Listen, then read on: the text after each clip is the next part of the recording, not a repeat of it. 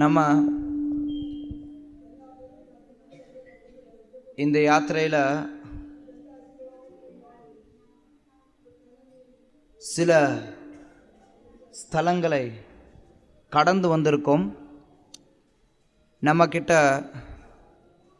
போதிய நேரம் இல்லாமல் போன காரணத்தினால அந்த இடங்களை பற்றியும் அங்கே இருக்கக்கூடிய சில முக்கியமான தகவல்களை பற்றியும் பேச முடியாமல் போனது.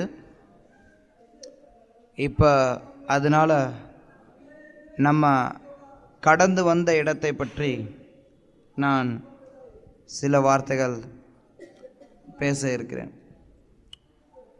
நம்ம கடந்து வந்த இடங்களில் ஒன்று புத்தகயா. உங்களில் பெரும்பாலான பக்தர்கள் புத்தகயாவில் இருக்கக்கூடிய மகாபோதி கோயிலை பார்க்கலன்னு நான் நினைக்கிறேன். யாரெல்லாம் பார்த்தீங்க? ஓகே, பாதி பேர் பார்த்துருக்கீங்க, மீதி பாதி பேர் பார்க்கல. மகாபோதி கோயிலில் பார்க்காதனால உங்களுக்கு எந்த ஒரு நஷ்டமும் வரப்போகிறது இல்லை. மகாபோதி கோயிலை பார்த்ததுனாலும் யாருக்கும் எந்த லாபமும் வரப்போகிறதும் இல்லை.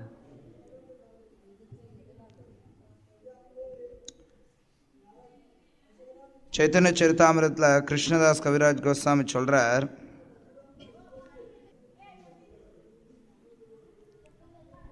மகாபிரபு பௌத்தர்களோட வாதத்தில் ஈடுபட்ட போது அந்த வாதங்களை பற்றி விளக்கும்போது கிருஷ்ணதாஸ் கவிராஜ் கோஸ்வாமி சொல்கிறார், யத்யாபி அசம்பாஷ்ய பௌத்த அயுக்த தேக்கித்தே ததாபி பலிலா பிரபு கர்வ கண்டாய்த்தே.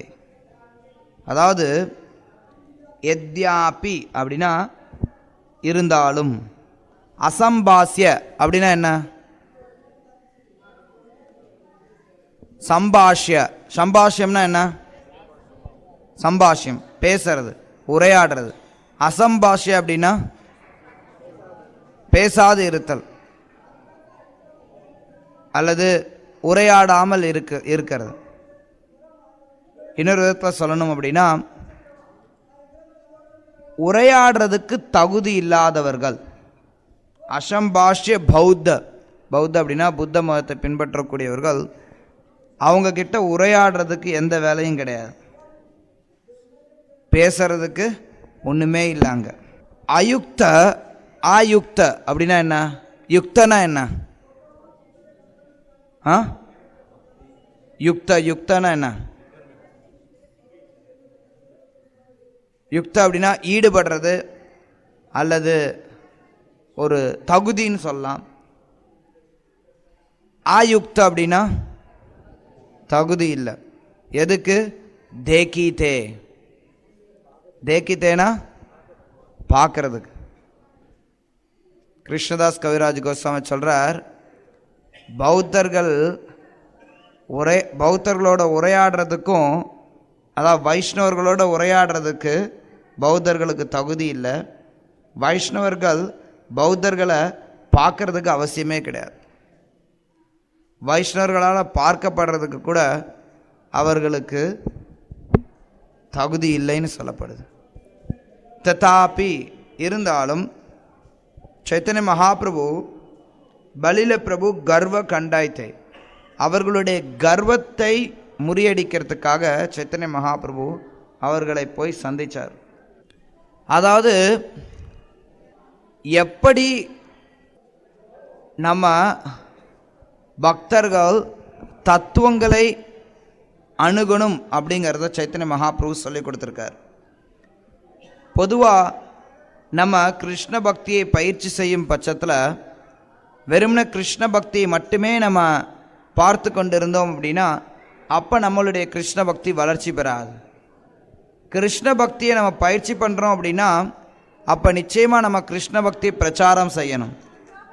கிருஷ்ண பக்தி பிரச்சாரம் செய்கிறோம் அப்படின்னா அப்போ நிச்சயமாக பல எதிர்ப்புகளை நம்ம சந்திக்க வேண்டி இருக்கும்.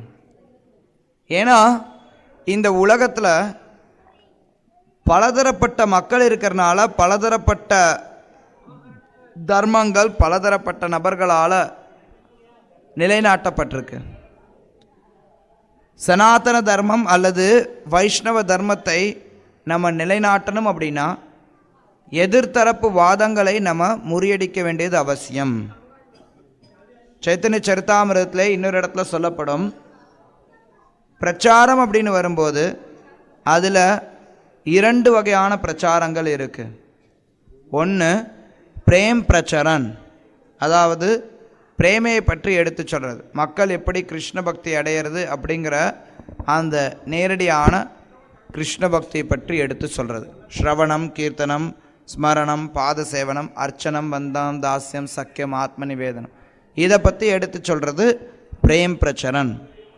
அதுக்கடுத்து பாஷண்ட தலன், அதுவும் பிரச்சாரத்தினுடைய ஒரு பங்காகும். பாஷண்ட தலன் அப்படின்னா, பாஷண்ட அப்படின்னா யாரெல்லாம் சாஸ்திரங்களின் மேலே நம்பிக்கை இல்லாதவர்கள் அல்லது நாத்திகர்கள். இன்னொரு விதத்தில் சொல்லணும் அப்படின்னா, சில பேர் நாத்திகர்களாக வெளியில் காட்டிக்க மாட்டாங்க, ஆனால் உண்மையில் நாத்திகர்கள். அதாவது பௌத்தர்கள், மாயாவாதிகள், இவங்க எல்லாருமே அதில் அடங்குவாங்க. யாரெல்லாம் கிருஷ்ண பக்தியை பிரச்சாரம் பண்ணணும்னு நினைக்கிறாங்களோ அவங்க இந்த மாதிரி இருக்கக்கூடிய எதிர் தத்துவங்களை ஓரளவுக்கு அதனுடைய தாத்பரியங்களை தெரிஞ்சு வச்சிருக்க வேண்டியது அவசியம். அப்படி இல்லை அப்படின்னா நம்மளால் வைஷ்ணவ சித்தாந்தத்தை நிலைநாட்ட முடியாது. நம்ம பார்க்கலாம், வரலாற்றில் எல்லா ஆச்சாரியர்களும் அவர்களுடைய நேரத்தை கிருஷ்ண பக்தியை எந்த அளவுக்கு கொடுக்கறதுக்கு செலவழித்தாங்களோ அதே அளவிற்கு மற்ற மாற்று தத்துவங்களை தோற்கடிக்கிறதுக்கும் உபயோகிச்சிருக்காங்க. நம்ம பார்க்கலாம், நம்மளுடைய ஆச்சாரியர்கள் யாருடைய வியாக்கியானத்தை எடுத்துட்டீங்கனாலும் அதில் மாற்று தத்துவங்களை முறியடிக்கிறதுக்கு நிறைய அவங்க வாதங்களை உபயோகிச்சிருப்பாங்க. நான் ஒரு முறை கேள்விப்பட்டேன், ராமானுஜருடைய பாஷ்யம், ஸ்ரீ பாஷ்யத்தை நீங்கள் எடுத்தீங்க அப்படின்னா அதில் சங்கரருடைய ஷரீரக பாஷ்யத்தை தோற்கடிக்கிறது தான் பிரதானமாக இருக்குது. அதாவது எதிர்வாதத்தை தோற்கடிக்கும் போது உங்களுடைய வாதம் எளிதாக நிலைநாட்டப்படுது. சங்கரருடைய ஷரீரக பாஷ்யத்தை அதில் இருக்கக்கூடிய குறைகளை சுட்டி காட்டுறது தான் அதனுடைய முக்கால்வாசி பாகம். ஸ்ரீபாஷ்யத்தினுடைய ஏறக்குறைய முக்கால்வாசி பாகமானது சங்கரருடைய ஷரீரக பாஷ்யத்தை தோற்கடிக்கிறது. அது மட்டும் இல்லாமல் அதோடு இணைஞ்சு அவர் பௌத்தத்தையும் தாக்கியிருப்பார் ராமானுஜரும். சங்கரருடைய ஸ்ரீபாஷ்யத்தை நீங்கள் எடுத்துட்டீங்க அப்படின்னா அதனுடைய பெரும் பகுதி பௌத்தத்தை தோற்கடிக்கிறதுலையே இருக்கும். ஷாரீரக பாஷ்யத்தை நீங்கள் எடுத்துட்டீங்கன்னா, சங்கரருடைய ஷாரீரக பாஷ்யத்தை நீங்கள் எடுத்துட்டீங்கன்னா அதனுடைய பெரும் பகுதி பௌத்த மதத்தை தோற்கடிக்கிறதையே குறிக்கோளாக கொண்டிருக்கும். எப்படி பார்த்தாலும் எந்த ஒரு பக்தர்களெல்லாம் கிருஷ்ண பக்தியில் பிரச்சாரம் பண்ணணும்னு நினைக்கிறாங்களோ அவங்க தத்துவங்களை புரிந்து கொள்வது ரொம்ப ரொம்ப அவசியம். எதிர்த்தரப்பு தத்துவங்களில் இருக்கக்கூடிய குற்றங்கள் என்ன, எதனால் கிருஷ்ண பக்தியினுடைய தத்துவமானது உயர்ந்ததாக சொல்லப்படுது அப்படிங்கிறத தத்துவபூர்வமாக ஆழமாக ஒவ்வொரு பக்தரும் உணர வேண்டியது அவசியம். யாரெல்லாம் கிருஷ்ண பக்தியை பிரச்சாரம் பண்ணணும் அப்படின்னு நினைக்கிறாங்களோ அவங்க மாற்று தத்துவங்களில் என்ன சொல்கிறாங்க அப்படிங்கிறத தெரிந்து கொண்டு நாத்திகத்தை முறியடிக்கிறதுல நிபுணர்களாக இருக்க வேண்டியது அவசியம். அப்படி இல்லை அப்படின்னா நம்மளால் கிருஷ்ண பக்தியை நிலைநாட்ட முடியாது. இப்போ உண்மையில் சொல்லப்போனால் ஒரு விதத்தில் பௌத்த மதத்தில் பேசுகிறதுக்கு எதுவுமே கிடையாது. ஏன்னா பௌத்த மதத்தை பொறுத்த வரைக்கும் எதுவுமே கிடையாது, அதுதான் அவங்களுடைய கொள்கை. எதுவுமே இல்லை அப்படிங்கிறது தான் பௌத்தர்களுடைய கொள்கை. இறுதி உண்மை அப்படின்னு எதுவுமே கிடையாது. உண்மையில் சொல்லப்போனால் பௌத்தர்களுக்கும் நாத்திகர்களுக்கும் பெரிய வித்தியாசம் எதுவும் கிடையாது. ரெண்டு பேரும் ஒரே விஷயந்தான். அதாவது இறுதியில் எல்லாமே அழிஞ்சிட போகுது.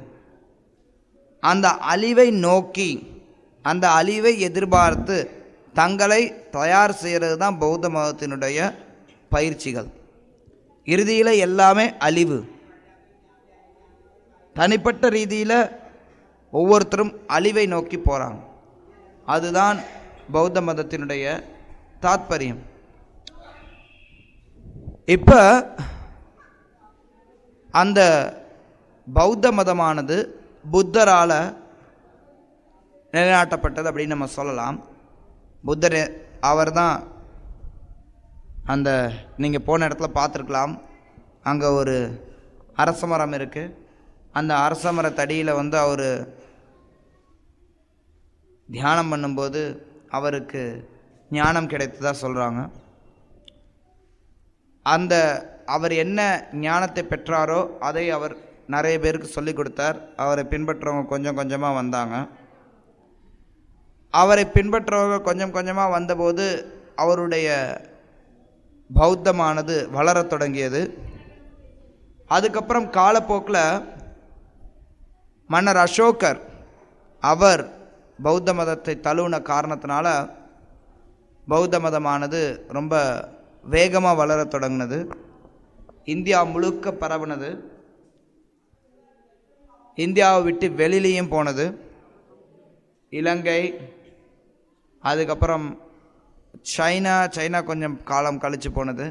அதுக்கப்புறம் இந்த பக்கம் தாய்லாந்து, இந்தோனேஷியா, இது மாதிரி கிழக்கத்திய நாடுகளுக்கு பரவ ஆரம்பித்தது. அதன் பிறகு சங்கராச்சாரியர் வந்த பிறகு சங்கரர் இந்த பௌத்த மதத்தை ஏறக்குறைய இந்தியாவிலிருந்து விரட்டிட்டார். ஏறக்குறைய முழுசாக இந்தியாவிலிருந்து அவர் விரட்டிட்டார். அதனால் மற்ற நாடுகளில் மட்டும் பௌத்த மதமானது மேலோங்கியதாக இருக்குது. இந்தியாவில் பௌத்த மதம் ஏறக்குறைய சங்கராச்சாரியரால் விரட்டி அடிக்கப்பட்டது.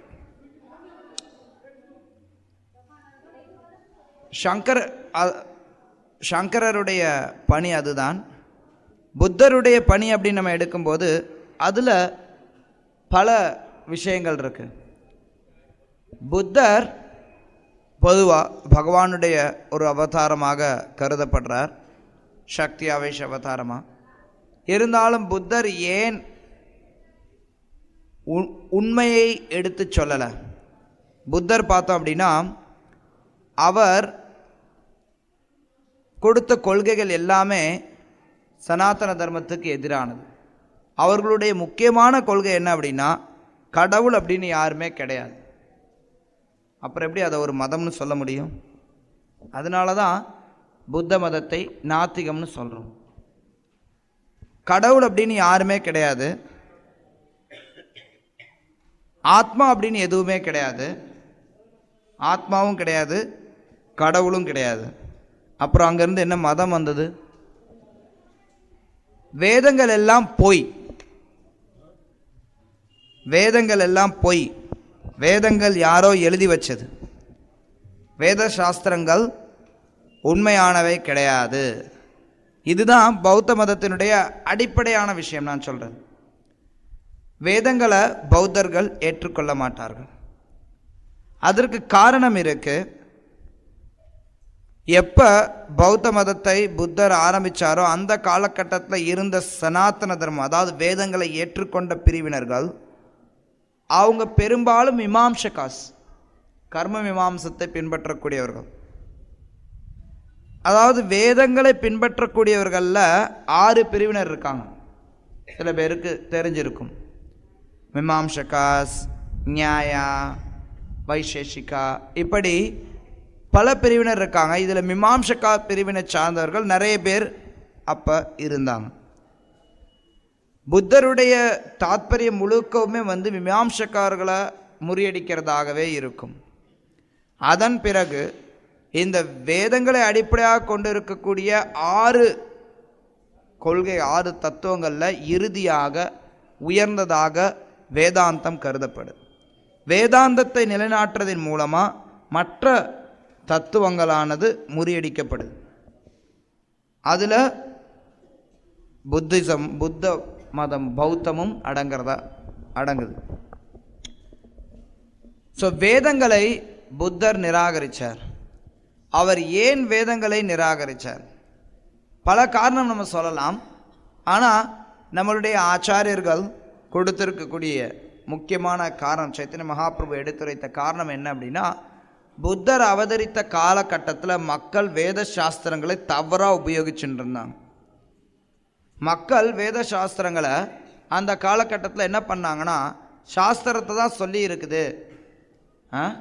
சில நேரங்களில் நம்ம மாமிசத்தை, அதாவது மிருகங்களை பலி கொடுக்கலாம் அப்படின்னு சொல்லி, ஸோ அந்த பலி கொடுக்கக்கூடிய பழக்கமானது அளவுக்கு அதிகமாக போக ஆரம்பிச்சது. வேதங்களுடைய பெயரை சொல்லி வேத கொள்கைகளுக்கு எதிரான செயல்களில் மக்கள் நிறைய பேர் ஈடுபட்டு இருந்தாங்க. அந்த காலகட்டத்தில் நீங்கள் வேதங்களே வேண்டாம் அப்படின்னு நீங்கள் சொன்னீங்கன்னா தான், வேதங்கள் எல்லாம் பொய்ன்னு சொன்னீங்கன்னா தான் மக்களை அந்த நிலையிலேருந்து நிறுத்த முடியும். அப்படி இல்லைன்னா உங்களால் நீங்கள் எப்படி வேதங்களுடைய உண்மையை எடுத்துரைக்க முடியும்? அந்த சூழ்நிலை மிகவும் கடினமான ஒரு சூழ்நிலை. அந்த கடினமான சூழ்நிலை இருந்த காரணத்தினால புத்தர் வேதங்களை முற்றிலுமாக நிராகரித்தார். வேதங்களை முற்றிலுமாக நிராகரித்து அவர் ஒரு நாத்திகவாதத்தை பிரச்சாரம் பண்ணார். புத்தர் கொடுத்தது நாத்திகவாதம். இருந்தாலும் அவர்களுடைய கொள்கைகளை நம்ம தெரிஞ்சுண்டு அதை முறியடிக்க வேண்டியது அவசியமாகுது. ஒவ்வொரு அவதாரத்துக்கும் ஒரு குறிக்கோள் இருக்குது. அதன் அடிப்படையில் புத்தர் இந்த மிருகவதையை தடுத்து நிறுத்தணும் அப்படிங்கிறது தான் அவருடைய குறிக்கோள். அதோடு சேர்ந்து அவர் சில தத்துவங்களை சொல்லிக் கொடுத்தார். அந்த தத்துவங்கள் காலப்போக்கில் வந்தவர்களால் விரிவுபடுத்தப்பட்டு முழுக்க நாத்திகமாக மாறிடுச்சு. புத்தரே சாக்ஷாத் அவரே வேதங்களை நிராகரித்தாரா அப்படின்னு நமக்கு தெரியல. ஆனால் காலப்போக்கில் வேதங்களானது நிராகரிக்கப்பட்டது. இருந்தாலும் நீங்கள் பார்த்தீங்கன்னா புத்த மதத்தில் நிறைய விஷயங்கள் வேதங்கள்லேருந்து எடுத்திருப்பாங்க. வேதங்களில் இருக்கக்கூடிய நிறைய வார்த்தைகள் அவங்க உபயோகிச்சிருப்பாங்க. ஏன்னா இந்த பௌத்தம் பிரச்சாரம் செய்யப்பட்டது சனாதன தர்மத்தை பின்பற்றக்கூடிய மக்களுக்கு மத்தியில். சரியா? சனாதன தர்மத்தை பின்பற்றக்கூடிய மக்களுக்கு மத்தியில் இது பிரச்சாரம் பண்ணப்பட்டதுனால அதிலிருந்து பல வார்த்தைகள் இவங்க எடுத்திருப்பாங்க. உதாரணத்திற்கு அவங்க நிர்வாணா அப்படிங்கிற வார்த்தையை உபயோகிப்பாங்க. அது புத்த மதத்தினுடைய முக்கியமான ஒன்று. இறுதியில் நிர்வாணத்தை அடையணும். நிர்வாணம் அப்படின்னா எதுவுமே இல்லாத நிலை, எதுவுமே கிடையாது. அதாவது வைஷ்ணவர்கள் நம்ம என்ன பிரியப்படுறோம், நம்மளுடைய விருப்பம் என்ன அப்படின்னா, பகவானுடைய லோகத்தில் பகவானுக்கு சேவை செய்யணும், கிருஷ்ணருக்கு சேவை செய்யணும் அப்படிங்கிறது வைஷ்ணவர்களுடைய விருப்பமாகுது.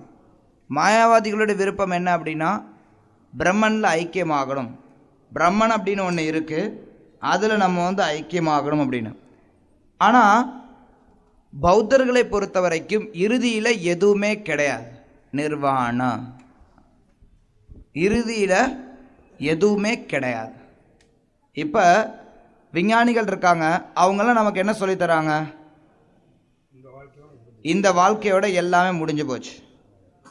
சரியா? இந்த வாழ்க்கை, இந்த உடல் இருக்குது, இந்த உடலில் நான் வாழ்கிறேன். இந்த உடலில் நான் வாழும்போது இந்த உடலானது ஜடப்பொருளால் செய்யப்பட்டது. இந்த ஜடப்பொருளால் செய்யப்பட்ட இந்த உடலில் நான் வாழ்கிறேன். இந்த உடல்ல இருந்து நான் செத்து போயிட்டேன் அப்படின்னா எல்லாமே முடிஞ்சது. உடல் எப்போ வேணாலும் முடியும், அத்தோட முடிஞ்சது. அதோட வாழ்க்கை அப்படிங்கிறது முடிஞ்சது. அதுக்கப்புறம் எதுவுமே கிடையாது. சரியா? பௌத்தர்களுடைய கொள்கை என்ன அப்படின்னா, இந்த உடலில் நீங்கள் வாழ்கிறீங்க, இந்த உடலில் நீங்கள் வாழும்போது உங்களுக்கு மறுபடியும் நீங்கள் பிறப்பீங்க, இறப்பீங்க, பிறப்பீங்க, இறப்பீங்க. இப்படியே போயிட்டே இருக்கும். இது முடிவில்லாமல் போயிட்டே இருக்கும். இதுக்கு ஒரு முடிவாக நீங்கள் பௌத்த மதத்தை பயிற்சி பண்ணீங்க அப்படின்னா, நீங்கள் ஞானத்தை வளர்த்துட்டீங்க அப்படின்னா, அப்போ ஒன்றுமே இல்லாமல் ஆயிடுவீங்க. இதுதான் புத்த மதத்தினுடைய அடிப்படை தாத்பரியம். விஞ்ஞானிகள் சொல்கிறது என்ன, இந்த ஒரு பிறவியோட இந்த ஒரு உடலோட உனக்கு எல்லாமே முடிஞ்சு போச்சுமாங்க. ஆனால் பௌத்தர்கள் என்ன சொல்லுவாங்கன்னா, மறுபடி பிறப்பு இறப்புங்கிறது இருக்குது. ஆனால் அந்த பிறப்பு இறப்புலேருந்து நீ விடுபடணும் அப்படின்னா நீ விடுபடலாம். ஆனால் நீனு ஒருத்தனே கிடையாது, அதுக்கப்புறம் ஒன்றும் கிடையாது. உனக்கு ஞானம் வந்து நீ உன்னுடைய உடல்ல இருந்து, அதாவது அந்த உடல் ஆனது விடுபடணும். நிர்வாணா எதுவுமே இல்லை, அந்த ஒரு நிலை அடையணும். அந்த நிலை அடைஞ்சு என்ன இருக்குது, எதுவுமே இல்லை உங்களில், நீங்கிறது இல்லாமல் போயிடும். அதனால தான் பௌத்தமானது சூன்யவாதம்னு சொல்லப்படுது. இறுதியில் சூன்யம்தான் அவர்களுடைய குறிக்கோள். எதுவுமே இல்லாமல் ஆகிறது தான் குறிக்கோள். இதுதான் பௌத்த மதம். அதே மாதிரி பல விஷயங்கள் அவங்க வேதத்துலேருந்து எடுப்பாங்கன்னு, இந்த நிர்வாணங்கிறத எடுப்பாங்க. அப்புறம் வேதத்தில் சொல்லப்பட்டிருக்கக்கூடிய பிரபஞ்ச அமைப்புகளை எடுத்துப்பாங்க. குரு சிஷ்யனுக்கு இடையில் இருக்கக்கூடிய உறவு முறையை எடுத்துப்பாங்க. இந்த மாதிரி வேதங்களில் இருக்கக்கூடிய அல்லது வேதங்களுடைய பழக்க வழக்கங்கள் என்னெல்லாம் இருக்கோ அதை வந்து இவங்களும் கொஞ்சம் எடுத்துக்கொள்கிறது பழக்கம். கர்மாவை எடுத்துப்பாங்க. ஆத்மாவை ஏற்றுக்கொள்ள மாட்டாங்க, கர்மத்தை எடுத்துப்பாங்க. ஆத்மா இல்லாமல் எப்படி கர்ம விதி, எப்படி மறுபிறை வருது அப்படின்னா அதுக்கு அவங்கக்கிட்ட விளக்கம் கிடையாது. ஆத்மான்னு ஒன்று கிடையாது, ஆனால் நீ வந்து மறுபடி பிறவி எடுக்கிற, கர்மத்தை பொறுத்து மறுபிறவி எடுக்கிற. ஆனால் நீ வந்து இந்த உடல் தான், இந்த உடல் நீனு. நம்ம ஒவ்வொருத்தரும் ஒவ்வொரு உடலில் இருக்கோம். அந்த உடலில் அந்த உடலுக்குன்னு ஒரு கர்மா இருக்குது. அந்த உடலுக்கு தகுந்த மாதிரி அடுத்த ஒரு பிறவி வருது, அவ்வளோதான். ஆத்மானு தனியாக எதுவும் கிடையாது. இதுதான் புத்த மதத்தினுடைய கொள்கை. வேத கொள்கைகளை அவங்க எடுத்துக்கிறது கிடையாது, ஆனால் சில விஷயங்களை அங்கங்கே எடுத்துக்கிறாங்க. அவர் கடவுளை பற்றி ஒன்றும் சொல்லிக் கொடுத்த மாதிரி தெரியல. புத்தர் கடவுளை பற்றி சொல்லிக் கொடுக்கவும் இல்லை, கடவுளை பற்றி நிராகரிக்கவும் இல்லை. பின்னாடி வந்தவங்க பார்த்தோம் அப்படின்னா அவருடைய கொள்கைகளை வச்சு பார்க்கும்போது கடவுளை அவர் நிராகரித்தார், கடவுளை பற்றி எந்த ஒரு விஷயமும் இல்லை அப்படிங்கிற மாதிரி வருது. அதுவும் அது நாஸ்திகத்திற்கு ஆகுது. சங்கரர் அதுக்கப்புறம் அதை நிலைநாட்டுறார். சங்கரருடைய பணி என்னவாக இருந்தது அப்படின்னா வேதங்களுடைய அதிகாரத்தன்மை நிலைநாட்டுறது. அதுதான் சங்கரருடைய பணியாக இருந்தது.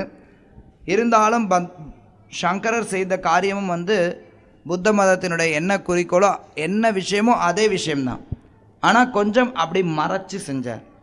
புத்த மதத்தினுடைய ஒரு மறைந்த ரூபம்தான் சங்கரருடைய அத்வைத்தவாதம். நீங்கள் நினைக்கலாம், ஏன் நம்ம வந்து இந்த மாதிரி இவங்கெல்லாம் வந்து உண்மையை வைஷ்ணவ ஆச்சாரியர்கள் மாதிரி உண்மையை எடுத்துரைக்காமல் ஏன் இப்படி வந்து ஒவ்வொருத்தரும் தவறான தகவல்களை மக்களுக்கு கொடுத்துட்டு போகிறாங்க, அது மூலமாக நிறைய பேர் குழம்பி போகிறாங்களே, அது மூலமாக நிறைய பேர் தவறாக வழிநடத்தப்படுறாங்களே. ஆமாம், ஒவ்வொருத்தரும் ஒவ்வொரு விதத்தில் மக்களை எந்த அளவுக்கு நம்ம வந்து கொஞ்சம் பக்கத்தில் கொண்டு வர முடியுமோ அந்த அளவுக்கு பக்கத்தில் கொண்டு வர்றதுக்கு முயற்சி பண்ணுறாங்க. வேதங்களுக்கு பக்கத்தில் கொண்டு வர்றார் சங்கரர், ஆனால் அதன் மூலமாக அபாயம் அதிகரிக்குது, அதுவும் இருக்குது. சைத்தன்ய மகாபிரபு சொல்கிறார், புத்த மதம் ரொம்ப அபாயகரமானது. புத்த மதம் நாஸ்திகவாதம்ங்கிறார். புத்தர்கள் நாஸ்திகவாதிகள், ஆனால் அவர்களை காட்டிலும் சங்கரர்கள், அதாவது மாயாவாதம் இன்னும் அபாயகரமானது. ஒன்று வந்து நாஸ்திகவாதம், இன்னொன்று பௌத்தம் அப்படிங்கிறது மறைக்கப்பட்ட நாத்திகவாதம், மறைக்கப்பட்ட நாத்திகவாதம் பௌத்தம். அத்வைத்தம் அப்படிங்கிறது மறைக்கப்பட்ட பௌத்தம். ஆக மொத்தம் எல்லாம் ஒரே குட்டையில் ஒன்று மட்டும் தான். அவர் என்ன சொல்கிறாரு, புத்தர் என்ன சொல்லுவார்னா இறுதியில் எதுவுமே இல்லைம்பார். இவர் இறுதியில் ஒன்றே ஒன்று இருக்குது, அந்த ஒன்று தான் எல்லாம் பார்.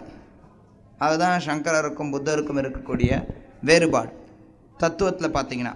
ஆனால் புத்தர் அந்த விஷயத்தை சாஸ்திரங்களை நிராகரித்து சொல்லி கொடுத்தார். சங்கரர் அதே விஷயத்தை வேற மாதிரி சாஸ்திரங்களை வச்சு சொல்லி கொடுத்தார். அவ்வளோதான் வித்தியாசம். சில நேரத்தில் வந்து மக்கள் அங்கே இருக்கக்கூடிய சூழ்நிலை அந்த மாதிரி இருந்தது. மக்களால் உடனடியாக வைஷ்ணவ சித்தாந்தத்தை ஏற்றுக்கொள்ளக்கூடிய தகுதி இல்லாமல் இருந்தாங்க. யோக நஷ்ட பரந்தப்பா சகாலநேக மகத்தா யோக நஷ்ட பரந்தப்பா. காலத்தினுடைய கோலத்தினால பாகவத தத்துவம் வேதாந்த தத்துவம் அப்படிங்கிறது மறைஞ்சு போயிடுச்சு. அதை மறுபடி நிலைநாட்டுறதுக்கு வைஷ்ணவ ஆச்சாரியர்கள் இன்னும் தோன்றலை, அல்லது அதனுடைய வைஷ்ணவ ஆச்சாரியர்கள் தோன்றதற்கு ஒரு அடித்தளத்தை அமைக்க வேண்டிய பொறுப்பு இவர்கள் கையில் ஒப்படைக்கப்பட்டது. அதன் அடிப்படையில் படிப்படியாக வந்தது. அவங்க ஒரு பாதையிலேருந்து மற்றொரு பாதைக்கு மக்களை திசை திருப்பிண்டே இருந்தாங்க. அந்த மாதிரி வரலாற்றில் நம்ம பார்த்தோம் அப்படின்னா பௌத்தர்களுடைய தாக்கம் இந்தியாவில் ரொம்ப வலுவாக இருந்திருக்கு. நாங்கள் கயாவுக்கு போயிருந்தப்ப, நான் உங்களெல்லாம் கூப்பிட்டு வரதுக்கு முன்னாடி நான் போயிருந்தப்ப, அங்கே கயாவிலேருந்து சுமார் ஒரு 100 கிலோமீட்டர் தொலைவில் நாலந்தா பல்கலைக்கழகம்னு இருக்குது. இப்போ அந்த பல்கலைக்கழகம் எதுவும் அங்கே இல்லை. ஆனால் அங்கே அந்த முன்னாடி இருந்த பல்கலைக்கழகத்தினுடைய சுவடுகள்லாம் இருக்குது. அதெல்லாம் பார்க்க போகும்போது அங்கே இருந்த ஒரு கைடு நமக்கு சொன்னார், இங்கே ஆயிரக்கணக்கான மாணவர்கள் இங்கே படித்தாங்க. அவ்வளோ மாணவர்கள் படித்தாங்க. அவ்வளோ பேருக்கு இவங்க புத்த மதத்தினுடைய விஷயங்களை கற்றுக் கொடுத்துட்டு வந்திருக்காங்க. இந்தியாவில் புத்த மதம் அந்த அளவுக்கு பெருசாக இருந்தது. அதுக்கப்புறம் அவங்க அங்கே இருந்த கைடு எங்களுக்கு சொன்னார், அதுக்கப்புறம் சங்கரர் தத்துவ ரீதியாக புத்தர்களை ஒன்றும் இல்லாமல் ஆக்கிட்டார்.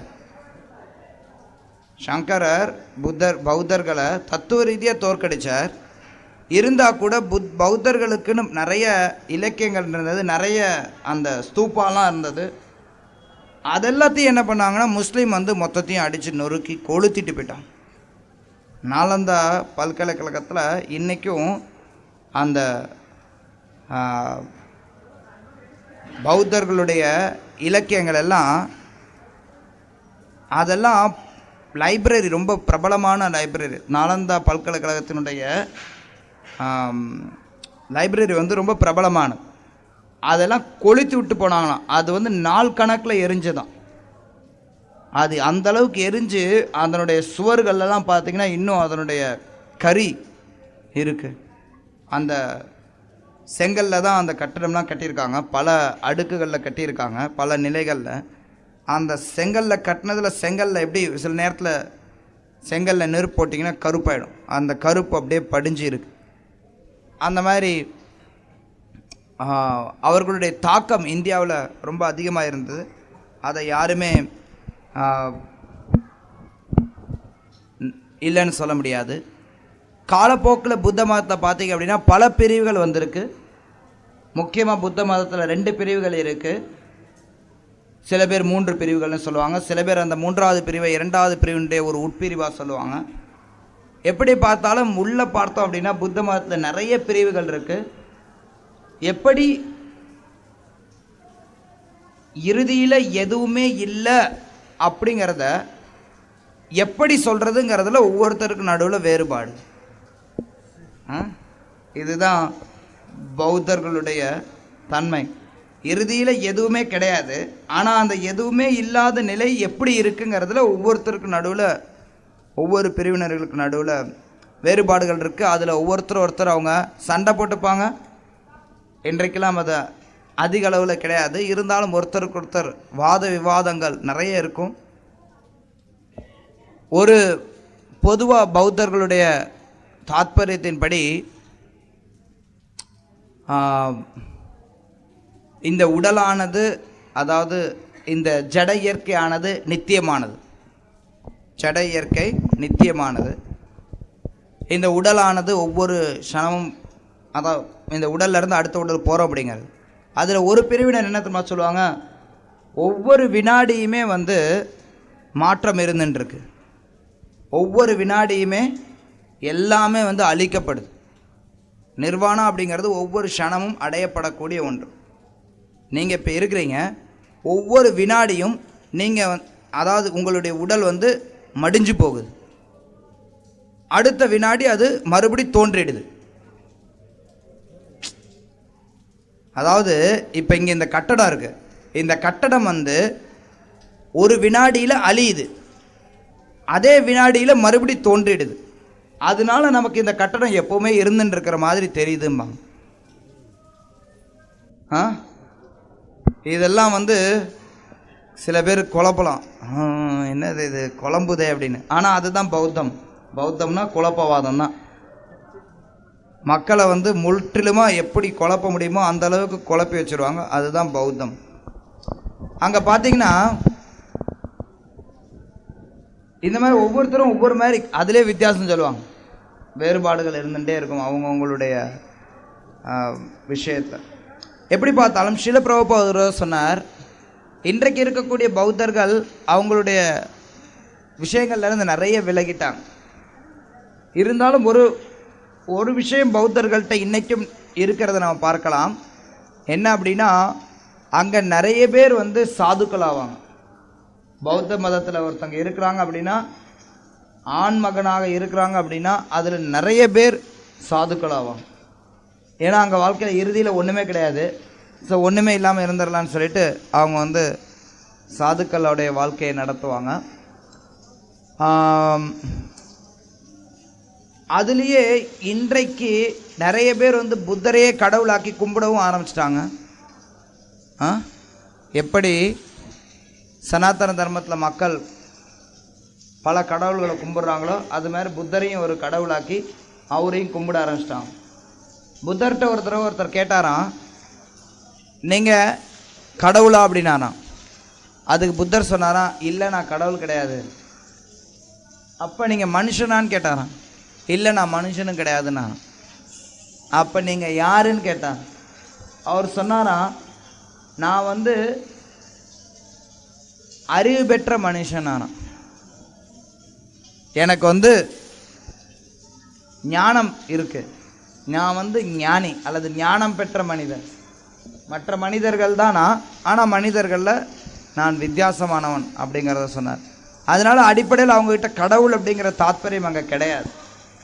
இருந்தாலும் ஸ்ரீல பிரபுபாதர் சொல்லுவார், எப்படி பார்த்தாலும் இன்றைக்கி இருக்கக்கூடிய பௌத்தர்கள் வந்து சில நேரத்தில் புத்தரை வழிபடுற காரணத்தினால அவங்களுக்கு வந்து சில சுக்கிருதி கிடைக்கலாம் அப்படின்னு சொல்லியிருக்கார். அதனால் தத்துவ ரீதியாக பார்க்கும்போது பௌத்தர்கள் வைஷ்ணவர்களோட வாதம் பண்ணுறதுக்கு எந்த விதத்துலேயும் தயாரானவர்கள் கிடையாது. நீங்கள் ஒருத்தரோட வாதம் பண்ணுறீங்க அப்படின்னா அதற்குன்னு ஒரு தளம் இருக்கணும். எந்த தளத்தில் நீங்கள் வாதம் பண்ண முடியும்? ஒருத்தருக்கும் இன்னொருத்தருக்கும் நடுவில் இருக்கக்கூடிய தளம் ஒன்றா இருந்தால் தான் நீங்கள் வாதம் பண்ண முடியும். இப்போ நீங்கள் ஒரு துறையில் இருக்கீங்கன்னு வச்சுக்கோங்க. இப்போ உதாரணத்திற்கு ஜெயகோவிந்தராம் பிரபு, நீங்கள் எந்த துறையில் பணியாற்றுனீங்க? எலக்ட்ரிக்கல். ஓகே, எலக்ட்ரிக்கல் பற்றி அவர்கிட்ட இன்னொருத்தர் வந்து வாதம் பண்ணணும் அப்படின்னா அவர் யாராக இருக்கணும்? ஒரு எலக்ட்ரிக்கல் இன்ஜினியராக இருந்தால் தான் அவர்கிட்ட வாதம் பண்ண முடியும். இல்லை அதுக்கு கொஞ்சமாவது சம்பந்தமுடையவராக இருக்கணும். ஒரு துணி வியாபாரி வந்து எலக்ட்ரிக்கலை பற்றி பேசினா சம்பந்தமே இல்லாது. அது மாதிரி தான் பௌத்தர்களோடு இருக்கக்கூடிய வாதம் அப்படிங்கிறது.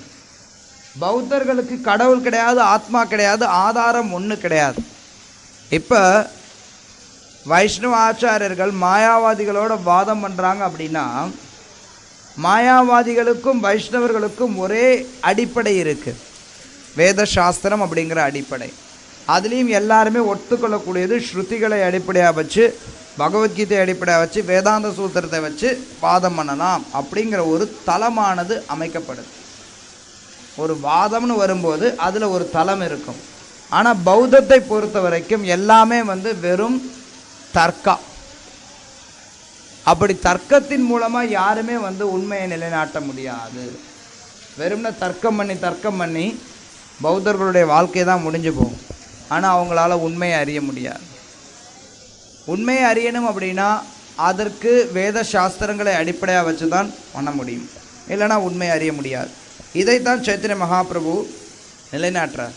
சைத்தன்ய மகாபிரபு பௌத்தர்களுக்கு எந்த விதத்திலையும் பார்க்கறதுக்கு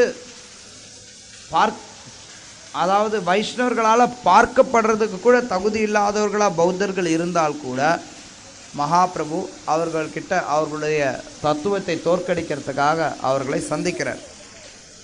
பௌத்தர்களுடைய கொள்கையின்படி 9 முக்கியமான தாத்பரியங்கள் இருக்குது. அந்த 9ஐயும் சைத்தன்ய மகாபிரபு நிராகரித்தார். என்னது அந்த 9? அவர்களுடைய முதல் தாத்பரியம் என்ன அப்படின்னா, இந்த உலக படைப்பானது நித்தியமானது, இந்த உலகம் என்றுமே இருக்கக்கூடியது. அதனால் இங்கே ஒரு படைப்பாளி அப்படின்னு ஒருத்தர் அவசியமே கிடையாது. உலகம் அப்படின்னு ஒன்று இருந்தால் தானே, அதாவது அந்த உலகத்துக்கு படைப்பு அப்படின்னு ஒன்று இருந்தால் தான் அதை படைத்தவர் அப்படின்னு ஒருத்தர் இருக்க முடியும். ஆனால் இந்த உலகத்துக்கு படைப்பு அப்படிங்கிறதே கிடையாது. இந்த உலகம் நித்தியமாக இருந்துருக்கு, அதனால் இதை படைக்கிறவர் அப்படின்னு யாரும் கிடையாது. இரண்டாவதாக பார்த்தீங்கன்னா, இந்த உலகமானது பொய்யானது. இந்த உலகம் நித்தியமாக இருக்கான், ஆனால் அதே சமயத்தில் இந்த உலகம் பொய்யானது. அதாவது இந்த உலகத்தில் எதுவுமே இல்லை. மூன்றாவதா, நான் அப்படிங்கிறது தான் உண்மை, அதுதான் உண்மை. நான்காவது கொள்கை என்ன அப்படின்னா, மீண்டும் மீண்டும் பிறப்பு இறப்புங்கிறது இருக்குது. ஐந்தாவதாக, உண்மையை ஒருத்தர் உணரணும் அப்படின்னா அதுக்கு புத்தர் மட்டுமே வழி. ஆறாவது என்ன அப்படின்னா, நிர்வாணம், எல்லாமே அழிஞ்சு எதுவுமே இல்லாத ஒரு நிலை, அதுதான் இறுதி குறிக்கோள். ஏழாவதாக, புத்தருடைய தத்துவ பாதை மட்டுமே உண்மையை கொடுக்கக்கூடிய தத்துவ பாதை. எட்டாவதாக, வேதங்கள் மனிதர்களால் தொகுக்கப்பட்டது. ஒன்பதாவதாக, நல்ல காரியத்தை செய்யணும், மக்களுக்கு நன்மை பயக்கக்கூடிய காரியங்களை செய்யணும், அதை செய்யறதுக்கு அறிவுறுத்துகிறாங்க. இந்த 9ம் பௌத்தர்களுடைய முக்கியமான கொள்கைகள். ஒன்றொன்னா நம்ம பார்க்கலாம். முதல் கொள்கை என்ன சொல்கிறாங்க அப்படின்னா, இந்த பிரபஞ்சமானது நித்தியமானது, அதனால இதுக்கு படைப்பாளி அவசியம் இல்லைங்கிறாங்க. ஆனால் உண்மை என்ன அப்படின்னா, இந்த பிரபஞ்சம் நித்தியமானது அல்ல. இந்த பிரபஞ்சத்தில் நம்ம பார்க்கக்கூடிய ஒவ்வொரு விஷயங்களும் படைத்து அழிக்கப்படுது, கண்ணால் பார்க்குறோம். அப்புறம் எப்படி அது நித்தியமானது நம்ம எடுத்துக்கொள்ள முடியும்? அதனால் இந்த மொத்த பிரபஞ்சத்தையும் நிச்சயமாக படைத்து அழிக்கப்பட வேண்டும்.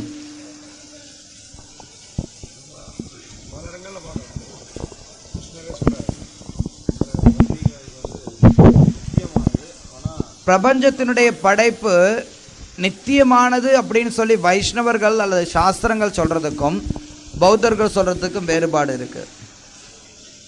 இந்த பிரபஞ்ச படைப்பானது தற்காலிகமானது, தோன்றி அழிக்கப்படுகிறது.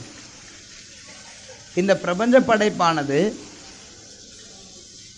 கிருஷ்ணர் கீதையில் சொல்கிறதின்படி, பாகவதத்தினுடைய கருத்தின்படி, இதனுடைய தாத்பரியம், அதாவது இதனுடைய மூலக்கூறுகள் நித்தியமானவை. ஆனால் இதனுடைய வெளிப்பாடானது நித்தியமானது கிடையாது, தோன்றி மறையுது. ஆனால் பௌத்தர்களை பொறுத்த வரைக்கும் எல்லாமே நிரந்தரமாக அப்படியே இருக்குது. நீங்கள் மூலக்கூறுகள் நித்தியமாக இருக்கும்போது அந்த மூலக்கூறுகளை வடிவமைக்கிறதுக்கு ஒரு ஆள் தேவைப்படுறாங்க, அந்த ஆள் கடவுளாகிறார். ஆனால் இங்கே எல்லாமே அப்படியே இருக்குது அப்படிங்கிற பட்சத்தில் அந்த மூலக்கூறுகளை வடிவமைக்கிறதுக்குன்னு தனியாக ஒரு தனிப்பட்ட ஒரு நபர் அவசியம் அல்ல. அதனால் அங்கே கடவுள் அப்படிங்கிற ஒரு அவசியம் கிடையாது. இதுதான் பௌத்தர்களுடைய வாதம். ஆனால் இந்த உலகமானது தற்காலிகமானது, இது நித்தியமானது அல்ல. இந்த உலகத்தில் இருக்கக்கூடிய ஒவ்வொன்றும் படைத்து அழிக்கப்படுற பட்சத்தில் மொத்த உலகமும் நிச்சயமாக படைத்து அழிக்கப்படக்கூடியதாகவே இருக்க வேண்டும். இது மறுபடி நியாயம். ஏன் அப்படி சொல்கிறோம் அப்படின்னா, அது நியாயம். கேள்விகள் அப்புறம் வச்சுக்கலாம். ஏன்னா அதுதான் தர்க்கா. நீங்கள் தர்க்கவாதிகளோட வாதம் பண்ணும்போது தர்க்கத்தினுடைய தளத்தில் தான் வாதம் பண்ண முடியும். சாஸ்திரங்களுடைய தளத்திலிருந்து பார்த்தீங்கன்னா அந்த வாதத்துக்கு அர்த்தமே இல்லாததாயிடும். கீதையில் கிருஷ்ணர் நேரடியாக நிராகரிக்கிறார், கிருஷ்ணர் நேரடியாக தெளிவுபடுத்துகிறார். இந்த உலகமானது மீண்டும் மீண்டும் படைக்கப்பட்டு அழிக்கப்படுகிறது அப்படிங்கிறது தெளிவாக இருக்குது. அந்த காரியத்தை செய்யக்கூடியவரும் கிருஷ்ணர் தான் அப்படிங்கிறது சாஸ்திரத்தில் தெளிவாக இருக்குது. தர்க்க ரீதியாக நம்ம பார்க்கும்போது கூட பார்த்தோம்னா இந்த உலகமானது ஒரு குறிப்பிட்ட காலத்தில் படைக்கப்படுது, அழிக்கப்படுது. அப்படி இருக்கிற பட்சத்தில் நிச்சயமாக அதற்கு ஒரு படைப்பாளி அவசியமாகிறார். அது மட்டும் இல்லாமல் இந்த உலகம் நித்தியமானது அப்படின்னு நீங்கள் சொல்லும்போது இன்னொரு பிரச்சனை என்னென்னா, இறுதியில் நீ நிர்வாணம்தான் குறிக்கோள்னு சொல்கிற. உலகம் நித்தியமானதுன்னு நீ எடுத்துக்கும் போது நிர்வாணம் எப்படி சாத்தியம்? நிர்வாணம் சாத்தியமே இல்லை. இது வைஷ்ணவ அதான் ஆச்சாரியர்கள் கொடுக்கக்கூடிய விளக்கம். எப்போ ஒருத்தர் இந்த உலகத்தில் எல்லாமே நித்தியமானதுங்கிறார், ஆனால் அது அழிவு பெருந்து நிர்வாணம் ஆகுங்கிறார். அது எப்படி? நித்தியமானது எப்படி இல்லாததாக ஆக முடியும்? சாத்தியமில்லை. அதனால நிச்சயமாக ஒரு படைப்பாளி இருக்கிறார் அப்படிங்கிறத நம்ம ஏற்றுக்கொள்ள வேண்டும்.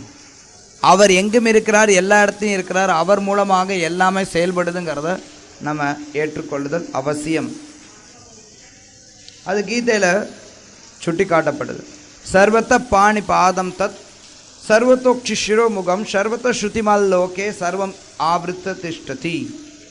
அவருடைய கால்கள், கைகள், கண்கள், தலை, முகம், காது எல்லாமே எல்லா இடத்துலையும் இருக்குது. அவர்தான் அந்த படைப்பாளி. அவர் எங்கும் இருக்கிறதுனால தான் எல்லாமே செயல்படுது அப்படிங்கிறது வேத சாஸ்திரங்கள் நமக்கு கொடுக்கக்கூடிய விஷயங்கள். அடுத்ததாக பார்த்தோம் அப்படின்னா, இந்த உலகமானது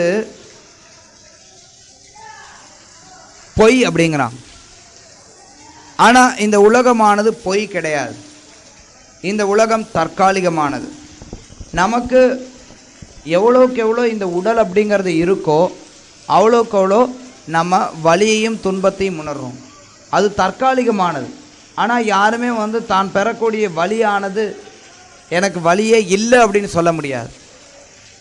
அது தவறான அடையாளத்தினால ஒருத்தர் வலியை உணரலாம். எப்படி பார்த்தாலும் அந்த வலி அப்படிங்கிறது இருக்குது, துன்பம் அப்படிங்கிறது இருக்குது, இன்பம் அப்படிங்கிறது இருக்குது.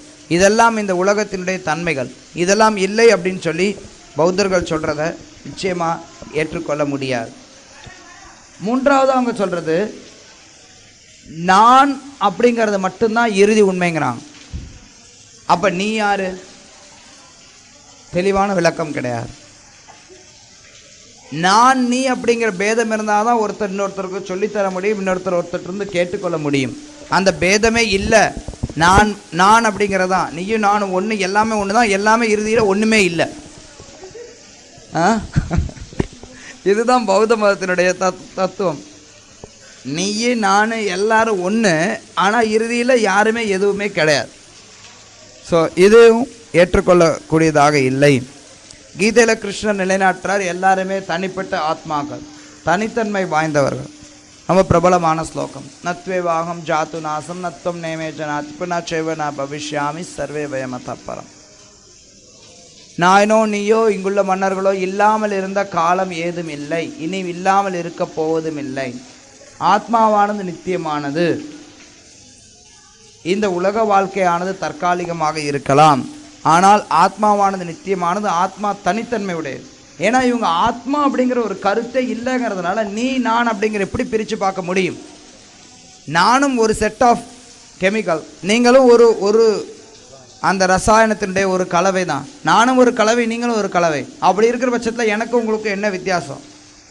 எதுவும் கிடையாது. நான் மட்டுமே இறுதி உண்மை. இறுதி உண்மையில் என்ன? நான் அப்படிங்கிறது கிடையாது. அதுக்கு அடுத்ததாக புத்தருடைய நான்காவது விஷயம் மறுபிறவி அப்படிங்கிறது தொடர்ந்து இருந்துட்டு இருக்குங்கிறார். மறுபிறவி அப்படிங்கிறது தொடர்ந்து இருக்கு, ஆனால் அதுக்கும் தெளிவு கிடையாது பௌத்தத்தில். அவர்களுடைய தத்துவத்தின்படி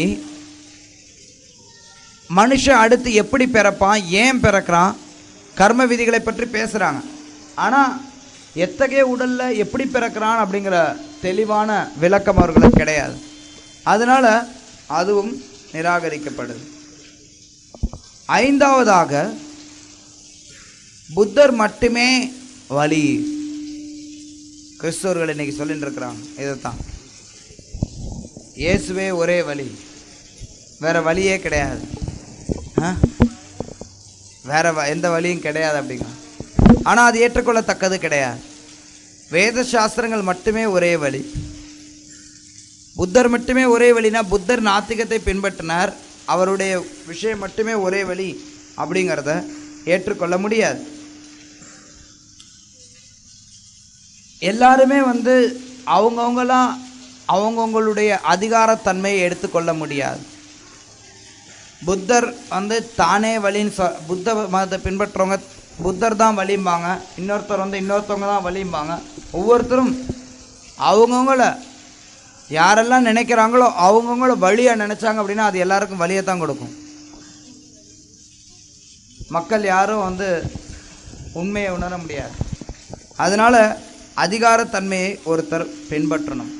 அப்படி இல்லைன்னா எல்லா பாதைகளும் ஒரே பாதை மாதிரி ஆகிப்போயிடும். ஒவ்வொருத்தரும் தான் நினச்சது தான் சரின்னு சொல்லிட்டு இருந்தாங்க அப்படின்னா அதனால் அது ஏற்றுக்கொள்ளத்தக்கதாக இல்லை.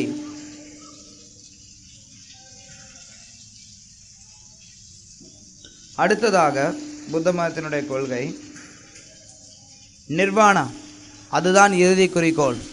நிர்வாணம் தான் இறுதி குறிக்கோள் அப்படின்னா அதில் என்ன குறிக்கோளுக்கு என்ன இருக்குது? எல்லாமே இறுதியில் ஒன்றுமே இல்லைங்கிற பட்சத்தில் அங்கே குறிக்கோள் என்ன இருக்குது? அதுவும் நிராகரிக்கப்படக்கூடியதாக அமைது. புத்தருடைய தத்துவம் மட்டுமே உண்மையான தத்துவம். இது எல்லாமே பயனற்ற வாதங்களாக அமையுது. வேதங்கள் மனிதர்களால் தொகுக்கப்பட்டது அப்படிம்பாங்க, அதுவும் உண்மை அல்ல. வேதங்கள் பகவானுடைய மூச்சு. அவர் எப்படி நித்தியமாக இருக்கிறாரோ அதே மாதிரி வேதங்களும் நித்தியமாக இருந்துருக்கு. வேத சாஸ்திரங்கள் நிச்சயமாக மக்களுக்கு நல்வழியை காட்ட உதவக்கூடியவை. அதுக்கடுத்து புண்ணிய காரியங்களை செய்கிறது அவங்க ஊக்குவிக்கிறாங்க. புண்ணிய காரியம் செய்கிறது நல்லது தான், ஆனால் அது எந்த விதத்துலையுமே இறுதி நன்மையை ஒருத்தருக்கு கொடுக்காது. அதனால் புத்த மதத்தினுடைய இந்த எல்லா கொள்கைகளும் தவறானது அப்படின்னு சொல்லி சைத்தன்ய மகாபிரபு தன்னுடைய தென்னிந்திய யாத்திரையின் போது வாதம் செய்து புத்த மதத்தை சார்ந்தவர்களை தோற்கடித்தார். சைத்தன்ய மகாபிரபு தன்னுடைய பலமான நியாயத்தை உபயோகித்து அது எல்லாத்தையும் தோற்கடித்தார். அவங்க சொன்னது எல்லாத்தையும் மகாபிரபுவும் தர்க்கத்தின் மூலமாக தோற்கடித்தார். ஏன்னா அவங்கக்கிட்ட சாஸ்திரங்களை அடிப்படையாக வச்சு பேச முடியாது. அதனால் மகாபிரபுவும் தர்க்கத்தையே வைத்து புத்த மதத்தை சார்ந்தவர்களை தோற்கடித்தார். இதை கேட்டு அவங்க எல்லாரும் மகாபிரபு விட்டு ஓடி போயிட்டாங்க. அந்த புத்த மதத்தினுடைய தலைவர்களை தத்துவவாதிகளை பார்த்து மக்கள்லாம் சிரிக்க ஆரம்பிச்சிட்டாங்க.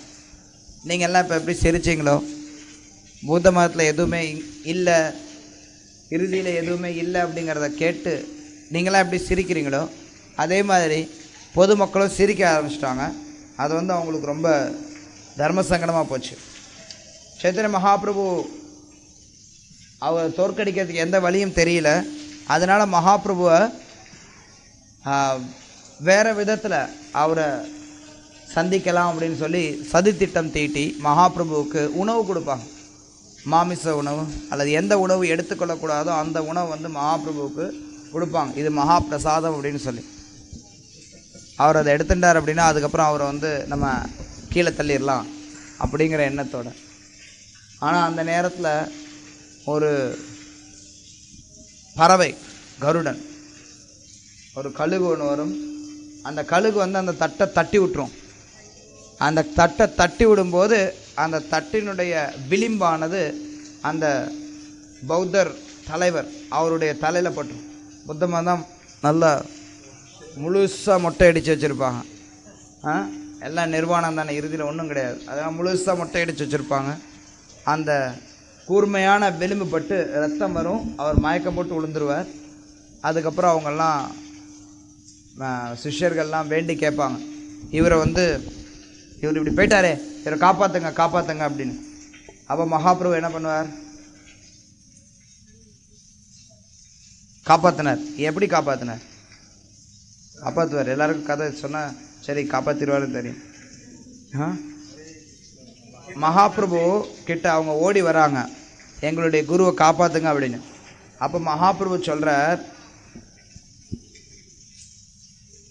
நீங்கள் எல்லாரும் என்ன பண்ணணும்னா அவர் காதில் போய் கிருஷ்ண கிருஷ்ண ஹரி அப்படின்னு போய் அவர் காதில் சொல்லுங்க. அந்த கிருஷ்ணனுடைய நாமத்தை கேட்டார்னா உங்களுடைய குரு வந்து தேரலாம் அப்படிங்கிறார் மகாபிரபு. அதனால் அவங்க எல்லாரும் போய் அவர் காதில் எல்லாரும் கிருஷ்ணருடைய நாமத்தை தொடர்ந்து கீர்த்தனம் பண்ணுறாங்க. அவர் காதில் விழுற மாதிரி கிருஷ்ண சங்கீர்த்தனத்தில் ஈடுபடுறாங்க. அப்படி கிருஷ்ணா ராமா ஹரி அதெல்லாம் இந்த நாமத்தெல்லாம் அவங்க சொல்லும்போது அந்த குருவுக்கு வந்து மறுபடி உணர்வு வருது. உணர்வு வந்து அவரும் ஹரி கிருஷ்ணா அப்படின்னு அவரும் ஹரி ஹரின்னு அவரும் சொல்ல ஆரம்பிக்கிறார். இப்படி சைத்தன்ய மகாபிரபு புத்த மதத்தை சார்ந்தவர்களை கூட ஓரளவிற்கு வைஷ்ணவ பாதையை நோக்கி கொண்டு வந்தார். அவங்க அந்த புத்த மதத்தை சார்ந்த சைத்தன்ய மகாபிரபுட்ட தன்னை ஒப்படைக்கிறார். அதை பார்த்தறியும் சுற்றி இருக்கக்கூடிய மக்களுக்கெல்லாம் பெரிய ஆச்சரியம். என்ன நடந்தது இங்கே? இவர் சதித்திட்டம் தீட்டி இவரை வந்து கீழே தள்ளணும்னு நினச்சார். ஆனால் ஒரு பறவை வந்து தட்டினது, இவர் மயக்கம் போட்டு விழுந்தார். இவங்க போய் ஹரி ஹரின்னு சொன்னாங்க, ஹரே கிருஷ்ண மகாமந்திரத்தை பாடினாங்க, ஆடினாங்க, அதை சங்கீர்த்தனம் பண்ணாங்க. சங்கீர்த்தனம் பண்ணாரு. இவருக்கு உணர்வு வந்தது. இவரும் பாட ஆரம்பிச்சிட்டார். எந்த விஷயத்தை எதிர்த்து வாதம் செய்து முறியடிக்க முடியாமல் போனதோ, எந்த விஷயத்தை அதுக்கப்புறம் ஏற்க முடியாமல் போனதோ, அந்த விஷயத்தை இவ்வளவு எளிமையாக ஏற்க மாதிரி செஞ்சிட்டாரே அப்படின்னு சொல்லி சுற்றி இருக்கக்கூடிய மக்களும் எல்லாரும் பார்த்து சைத்தன்ய மகாபிரபுவை புகழ்கிறாங்க. அப்போ அந்த நேரத்தை மகாபிரபு அங்கேருந்து டக்குன்னு மறைஞ்சிடுறார். எல்லாரும் மகாபிரபு தேடுறாங்க, அவரை காண முடியல. அவர் வந்து அதுக்கப்புறம் அப்படியே திருப்பதியை நோக்கி வர்றார் மகாபிரபு. இது அவருடைய தென்னிந்திய யாத்திரையில் நிகழ்ந்த ஒரு நிகழ்ச்சி. எப்படி மகாபிரபு நமக்கு காட்டுறார், எப்படி கிருஷ்ண பக்தியில் இருக்கக்கூடியவர்கள் எல்லா விதத்துலேயுமே நிபுணர்களாக இருக்கணும் அப்படிங்கிறது. அதனால் நம்ம எல்லாரும் எந்த அளவிற்கு தத்துவங்களை ஆழமாக படிக்க முடியுமோ, நம்ம தேவையான தத்துவங்கள் எல்லாமே ஸ்ரீல பிரபுபாதருடைய புத்தகங்களில் இருக்குது. அதை எந்த அளவுக்கு நம்ம ஆழமாக படிக்க முடியுமோ அந்த அளவுக்கு ஆழமாக படித்து நம்மளை தகுதியுடைய பிரச்சாரகராக மாற்ற வேண்டும். ஒவ்வொருத்தரும் பிரச்சாரகர் ஆகணும். எல்லாருமே பிரச்சாரம் பண்ணணும், அது அவசியம். எல்லாருமே பெரிய பெரிய பிரச்சாரகர் ஆகணும் அப்படிங்கிறது நடைமுறையில் இயலாததாக இருக்கலாம். இருந்தாலும் எல்லாரும் ஓரளவிற்காவது கிருஷ்ண பக்தியை மற்றவர்களுக்கு எடுத்து சொல்லக்கூடிய ஒரு பிரச்சாரகராக அமையணும். ஹரே கிருஷ்ணா. 9:33. ஏதாவது கேள்விகள் இருக்கா?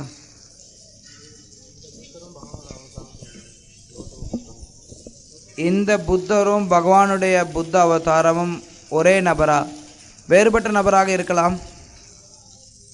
உறுதியாக சொல்ல முடியாது.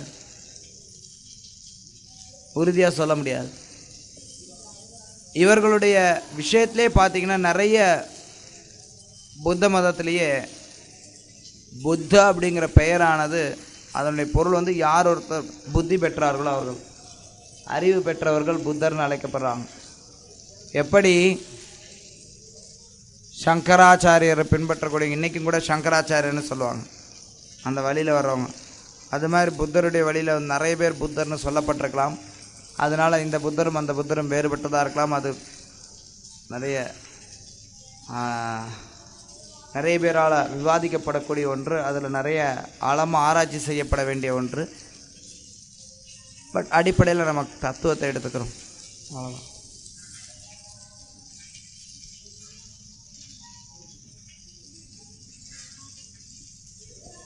ஓகே, ஹரே கிருஷ்ணா.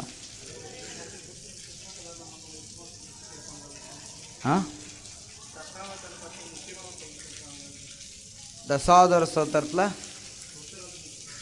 புத்தரை பற்றி நம்ம பாடுறோம். ஆமாம், ஏன்னா அவரும் ஒரு பகவானுடைய ஒரு அவதாரம் அப்படிங்கிறனால ஜெயதேவ கோஸ்வாமி அவரையும் இணைத்திருக்கிறார். அதனால் நம்ம அவரையும் சேர்த்து பாடுறோம். முக்கியமானவர் அப்படிங்கிறது முக்கியமானவரா முக்கியமில்லாதவராங்கிறது நமக்குடைய பொருட்டு கிடையாது. அவர் பகவானுடைய சக்தியாவேஷ அவதாரம் அப்படின்னு சொல்லப்படுது. ஸோ அவரை ஜெயதேவ கோஸ்வாமி குறிப்பிட்டு சொல்லியிருக்கார். நம்ம ஜெயதேவ கோஸ்வாமியினுடைய தசாவதார ஸ்தோத்திரத்தை பாடும்போது அவரையும் நம்ம இணைத்து பாடுகிறோம். தென்னிந்தியாவில் புத்தர் ஒரு அவதாரம் அப்படிங்கிறத ஏற்றுக்கொள்கிறது இல்லை. இருக்கலாம், ஸ்ரீமத் பாகவத்தில் நேரடியாக சொல்லப்படுது. நம்ம பாகவத்தை ஏற்றுக்கொள்வோம்.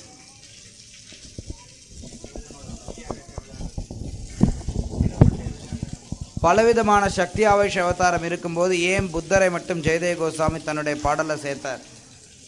ஜெயதேவ கோஸ்வாமி தான் கேட்கும். அது அவருடைய சுதந்திரம். பிருத்து மகாராஜரை சேர்த்திருக்கலாம், நாரதரை சேர்த்துக்கலாம், சனக்குமாரர்களை சேர்த்திருக்கலாம். ஏன் அவர் புத்தரை மட்டும் சேர்த்தார்? அது ஜெயதேவ கோஸ்வாமியுடைய சுதந்திரம். ஒருவேளை சமீப காலத்தில் அவதரித்த அவதாரம் அப்படிங்கிறனால புத்தரை சேர்த்திருக்கலாம். அது என்னுடைய அனுமானம்.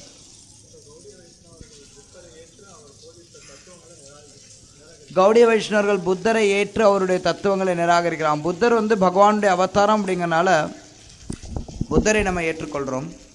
எப்படி நம்ம சங்கரரை சிவபெருமானுடைய அவதாரமாக ஏற்றுக்கொள்கிறோமோ அதே மாதிரி நம்ம புத்தரை விஷ்ணுனுடைய அவதாரமாக ஏற்றுக்கொள்கிறோம்.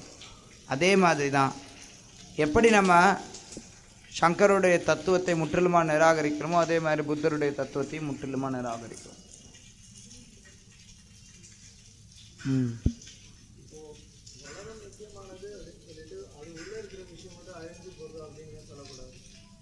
உலகம் நித்தியமானது, அது உள்ளே இருக்கக்கூடிய விஷயங்கள் மட்டும் அழிஞ்சு போகுது அப்படின்னு ஏன் சொல்லக்கூடாது? கேள்வி என்ன?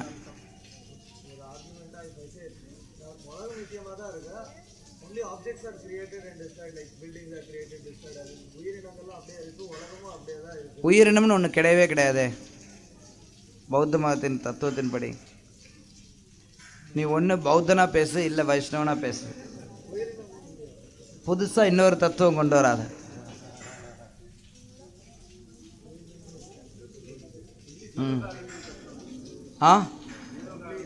ஜீவகாருண்யத்தை புத்தர் வலியுறுத்தியிருக்கா. அதுதான் 9வது கொள்கையாக நாம் படித்தோம். பிற உயிரினங்களுக்கு உதவி செய்கிறத புத்தர் வலியுறுத்தி இருக்கிறார். அது 9வது கொள்கை அவங்களுக்கு. ஆனால் இறுதியில் பார்த்தோம் அப்படின்னா என்ன பலன்? எந்த ஜீவனையும் தொல்லை கொடுக்கக்கூடாது அப்படிங்கிறத அதுதான் 9வது கொள்கையை அமைது.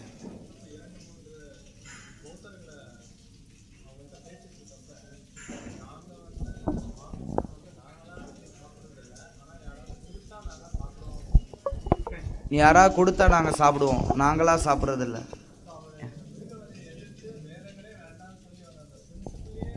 ஏன்? இயற்கையாக இன்றைக்கி இருக்கக்கூடிய புத்த மதத்தை சார்ந்தவர்கள் எல்லாமே சாப்பிடுவாங்க. தலாய் லாமா முதற்கொண்டு சாதாரண ஒரு புத்தர் பிக்ஷு வரைக்கும் எல்லாருமே எல்லாத்தையுமே சாப்பிடுவாங்க. பெரும்பாலும் அவங்க புத்தருடைய அடிப்படை கொள்கையே நிராகரிச்சிட்டாங்க. நிச்சயமாக நான்வெஜ் சாப்பிட்றாங்க புத்தர்கள் எல்லாரும். எந்த ஜீவராசியும் துன்புறுத்தக்கூடாதுன்னு சொல்லி இருக்குதே, அதை பின்பற்றினா தானே. இயேசு கூட தான் சொன்னார், தோ ஷால் நாட் கில்லுன்னு முதல் கட்டளையே கொடுத்துருக்கார், கொல்லாதிருப்பாயாகன்னு. யார் பின்பற்றா? கிடையாது. பகவத்கீதை கூட தான் சொல்லுது. எத்தனை இந்துக்கள் பின்பற்றுறாங்க? குரான் கூட தான் சொல்லுது. எத்தனை முஸ்லீம் பின்பற்றுறாங்க? அதெல்லாம் வெறும் ரப்பர் ஸ்டாம்ப்பு தான். நானும் புத்த மதத்தை சார்ந்தவன், நான் இந்து மதத்தை சார்ந்தவன், நான் இஸ்லாமிய மதத்தை சார்ந்தவன். இது எல்லாமே வெறும் ரப்பர் ஸ்டாம்ப், அடையாளம் தான். உண்மையில் ஒருத்தர் பின்பற்றணும் அப்படின்னா ஒரே ஒரு மதம் தான் இருக்க முடியும், ஒரே ஒரு கடவுள் தான் இருக்க முடியும். கிருஷ்ணர் தான் கடவுள், சனாதன தர்மம் மட்டுமே தர்மம். கலியுகத்தில் இருக்கக்கூடிய ஒரே வழிமுறை நாம சங்கீர்த்தனம் தான், வேறு வழிமுறை எதுவும் கிடையாது.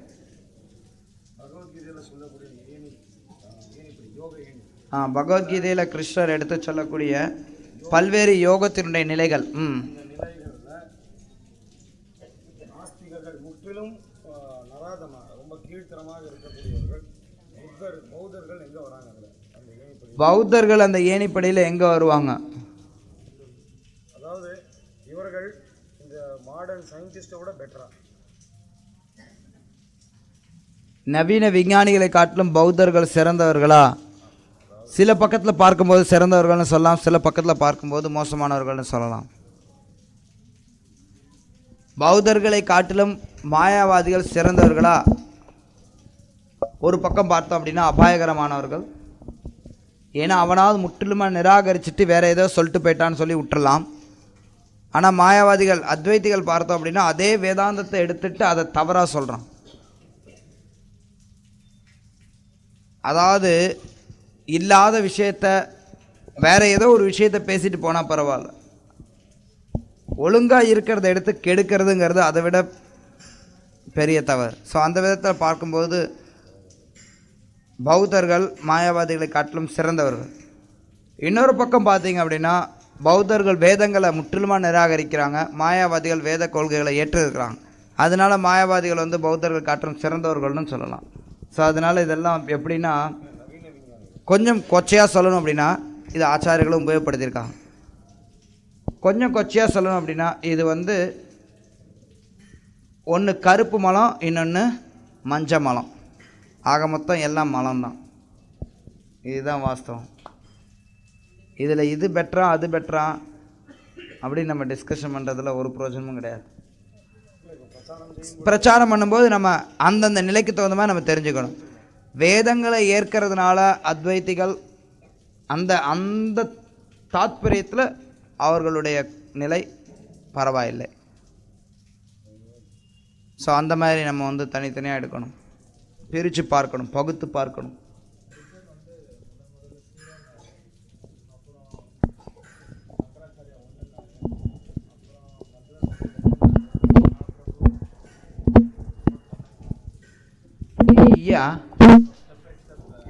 ஒவ்வொரு படிப்படியாக ஆன்மீக ஞானமானது மக்களுக்கு கொடுக்கப்பட்டது. சைத்தன்ய மகாபிரபுடைய அச்சிந்த பேத அபேத தத்துவம் எல்லா தத்துவங்களுடைய மணிமகுடம் நம்ம சொல்லலாம், இறுதி உண்மையான தத்துவம்.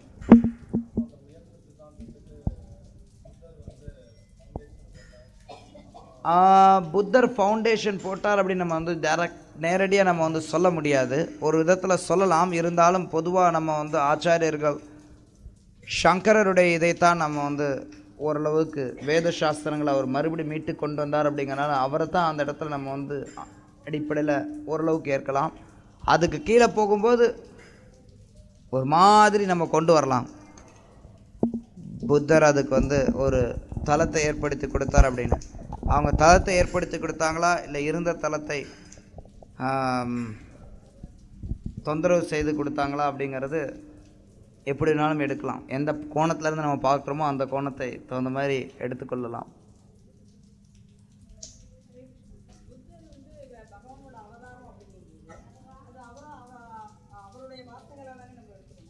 பகவானே வந்து சொன்னாலும் பொய் சொன்னார்னா எடுத்துக்கூடாது.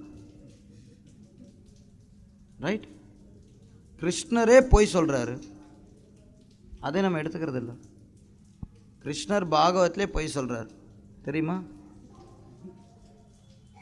தெரியுமா? கிருஷ்ணர் பாகவதத்தில் பொய் சொல்கிறார். கோவர்தன நிலை நேரத்தில் கிருஷ்ணர் வந்து அவங்க அப்பாட்ட வந்து மீமாம்சத்தை பேசுவார், கர்ம மீமாம்சத்தை. அதை நம்ம எடுத்துக்கிறோமா? இல்லை, கர்ம மீமாம்சத்தை பேசுவார். அதுக்கு முன்னாடி கோவர்தன நிலை போய் படித்து பாருங்க.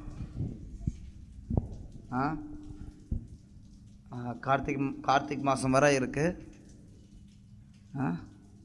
கோவர்தன பூஜை வர இருக்குது. அதுக்கு முன்னாடி போய் படித்து பாருங்கள். கிருஷ்ணரே அங்கே போய் பேசுவார்.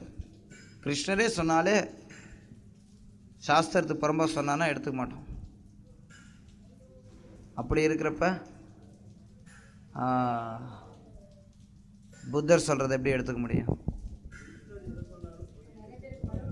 கிருஷ்ணர் எதை சொன்னாலும் எப்படி பொய்யா இருக்க முடியும்? கிருஷ்ணர் சொல்கிறது எல்லாமே உண்மை தானே. இது இன்னொரு தனிப்பட்ட டிஸ்கஷன். கிருஷ்ணர் என்ன சொல்றாரோ அது சத்தியம். அப்படி அது சத்தியமா இல்லை அப்படின்னா அது சத்தியம் ஆயிடும். அவர் தான் கிருஷ்ணர். அதுதான் கிருஷ்ணருடைய தன்மை. இருந்தாலும் அந்த இடத்துல கிருஷ்ணர் அதை சத்தியமாக்கணும்னு விரும்பலை.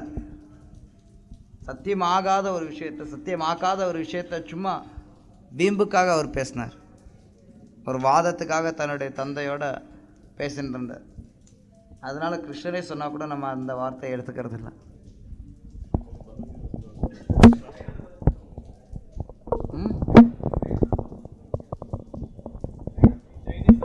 ஜைன மதத்துக்கும் புத்த மதத்துக்கும் நடுவில் இருக்கக்கூடிய வித்தியாசம், பெரிய வித்தியாசம் ஒன்றும் கிடையாது. ரெண்டுமே சூன்யவாதம். அவங்களுக்கு ரெண்டு பேருக்கு நடுவில் இருக்கக்கூடிய வித்தியாசம் என்ன அப்படின்னா, புத்த மதத்தை சார்ந்தவர்கள் அறகுறையாக உடை அணிவாங்க, ஜைன மதத்தை சார்ந்தவங்க உடையை அணிய மாட்டாங்க. புத்த மதத்தை சார்ந்தவங்க நம்ம எப்படி ஷேவ் பண்ணுறோமோ அது மாதிரி ஷேவ் பண்ணுவாங்க. பௌத்த மதத்தை ஜைன மதத்தை சார்ந்தவங்க முடியெல்லாம் பிச்சு பிச்சு எடுப்பாங்க.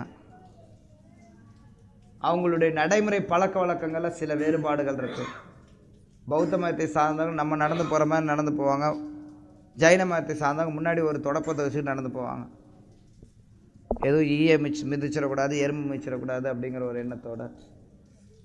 அதுக்கப்புறம் ஜைனர்கள் இன்றைக்கு வரைக்கும் கூட பெரும்பாலும் அசைவ உணவு சாப்பிட்றவங்க கிடையாது.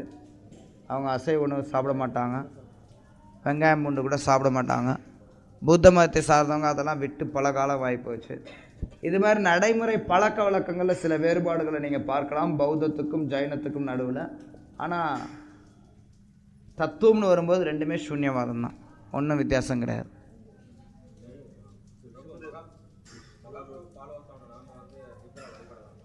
மகாபிரபுனுடைய பின்பற்றக்கூடிய நம்ம புத்தரை வழிபடலாமா? எதற்காக?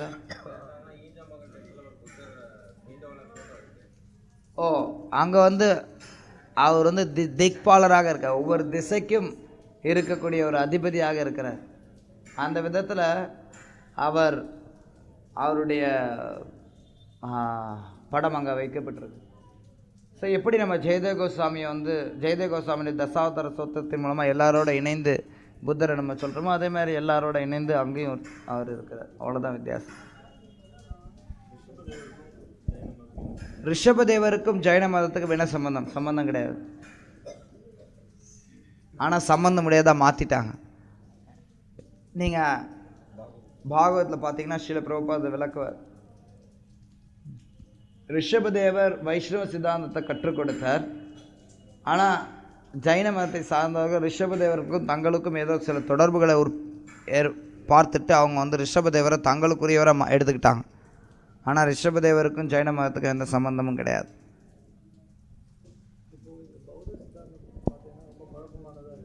பௌத்தர்களுடைய சித்தாந்தம் அது சித்தாந்தமே கிடையாது, பௌத்தர்களுடைய கொள்கை.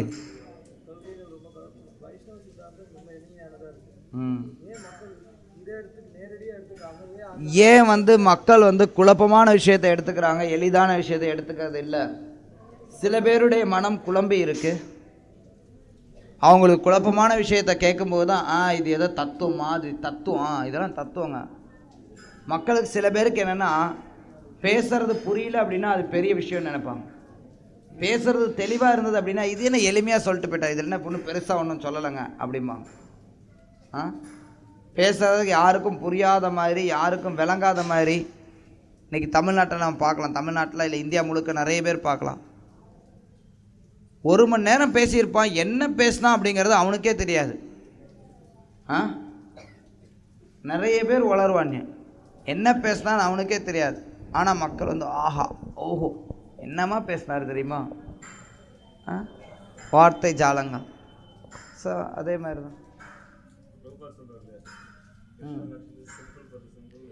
கிருஷ்ண உணர்வு அப்படிங்கிறது எளிமையானதாக இருக்கும். நம்ம எளிமையானதாக இருந்தோம் அப்படின்னா, நம்ம கொஞ்சம் கிறுக்கு புத்தி உள்ளவங்களாக இருந்தோம்னா நமக்கு கிருஷ்ண பக்தி அப்படிங்கிறது கஷ்டமாக இருக்கும். நமக்கு அந்த மாதிரி குழப்பக்கூடிய விஷயங்கள் நமக்கு விரும்பத்தக்கதாக அமையும்.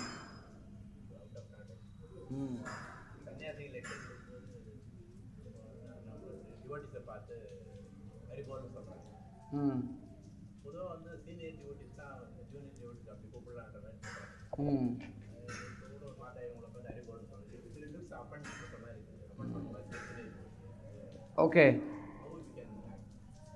ஹரி போல் அப்படின்னா என்ன அர்த்தம்? ஹரின்னு சொல்லுங்கன்னு அர்த்தம். ஹரி போல் அப்படின்னா ஹரி ஹரின்னு நம்ம சொல்லலாம். இருந்தாலும் சில நேரத்தில் அது வந்து பழக்கத்தில் இன்றைக்கி அந்த மாதிரி ஆகிப்போச்சு. உண்மையில் பார்த்தோம் அப்படின்னா ஹரி போல் அப்படிங்கிறது வந்து அந்த ஹரியுடைய நாமத்தை சொல்ல சொல்லி பெரியவங்க சின்னவங்க கிட்ட கேட்கலாம். அதுதான் பழக்கம். அது சிறந்தது நிச்சயம். பார் புத்த மதம் ஊறி போன நாட்டிலிருந்து வந்திருக்கக்கூடிய ரசிகராஜ் அவர்கள் கேள்வி எழுப்புறார்.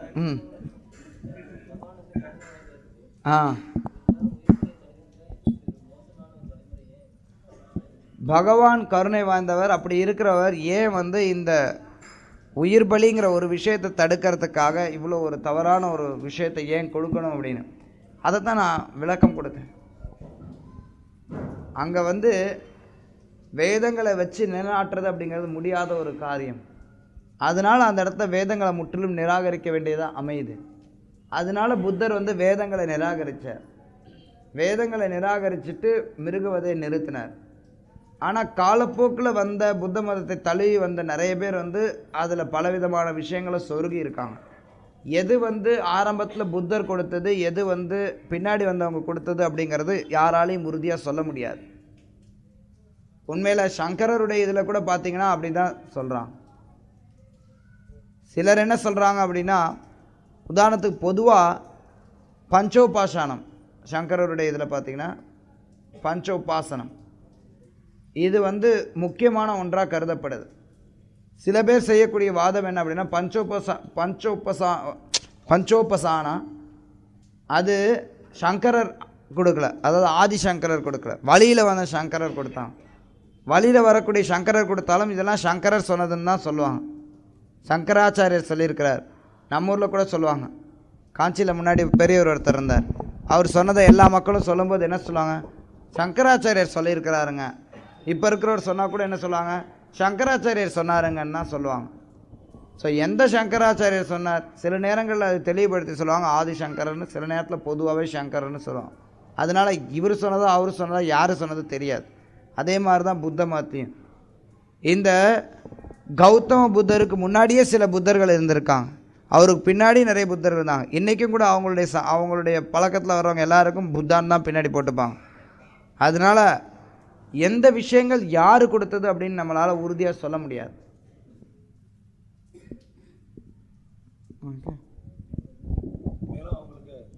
அது மட்டும் இல்லை, அதில் தான் பிரச்சனையே வருது. பல பிரிவுகள் ஏன் வருதுன்னா அந்த மாதிரி அதனால தான் வருது. எந்த விஷயங்கள் யார் கொடுத்ததுன்னு தெரில.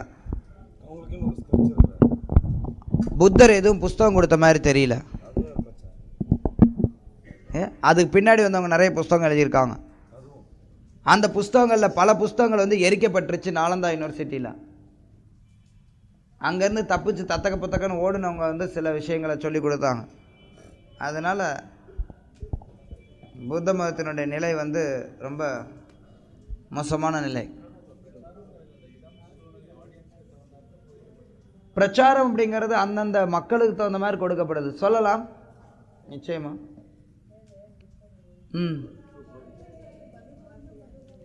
சங்கரர் வந்து பஜகோவிந்தம் பாடியிருக்கார். ஆமாம்,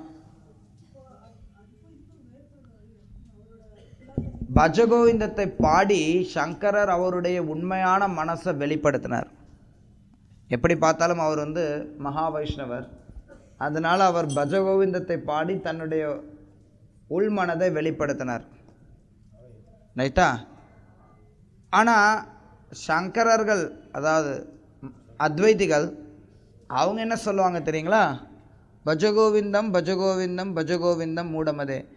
முட்டா பசங்களா, உங்களால் வேதாந்தம் படிக்க முடியாது, உங்களால் முடிஞ்சது கோவிந்தனை பூஜை பண்ணுறது தான், அதை பண்ணிட்டுருங்கன்னு சொல்லி சங்கரர் சொல்லியிருக்கிறதா சொல்லுவாங்க. அதனால் நீங்கள் எப்படி வேணாலும் திருப்பலாம்.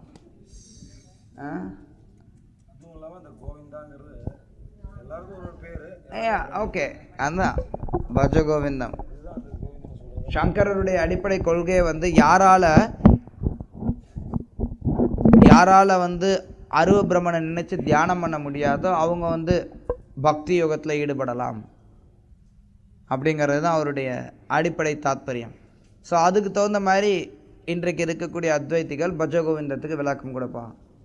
நீங்கள்லாம் மூடர்கள், உங்களால் பக்தியை தவிர வேறு ஒன்றும் பண்ண முடியாது, அதனால் பக்தியை பண்ணிவிட்டு நீங்கள் உட்காந்துருங்க அப்படின்னு சங்கரர் சொன்னதை விளக்கம் கொடுப்பாங்க. ஆனால் அதே சமயத்தில் வைஷ்ணவ ஆச்சாரியர்கள் சங்கரருடைய உள்மனதை புரிந்து கொண்டு இது அவருடைய உண்மையான மனதை இந்த பாடலில் அவர் வெளிப்படுத்தி இருக்கிறார் அப்படிங்கிறத விளக்குவாங்க.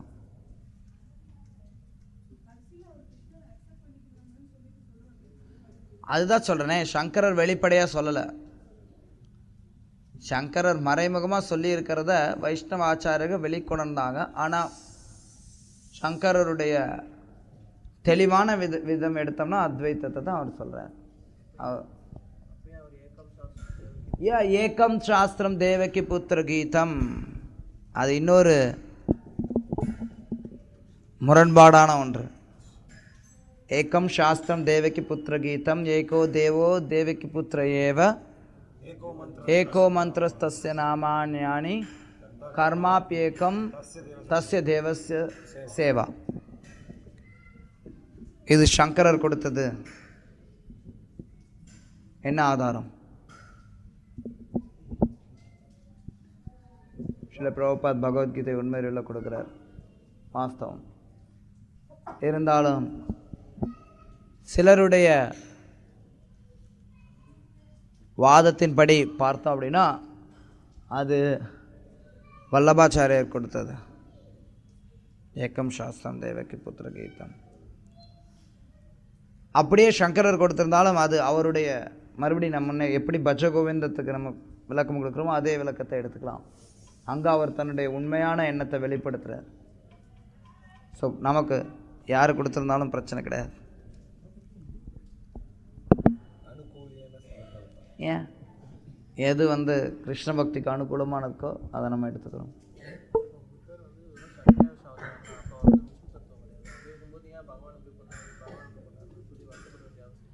புத்தர் வெறும் சக்தி ஆவேஷ அவதாரம் தான். அவர் அதனால் தவறு, அவர் சில விஷயங்களை தவறாக எடுத்துரைத்ததில் ஏன் பகவான் அப்படி பண்ணாருங்கிற அது பெரிய விஷயமும் கிடையாது.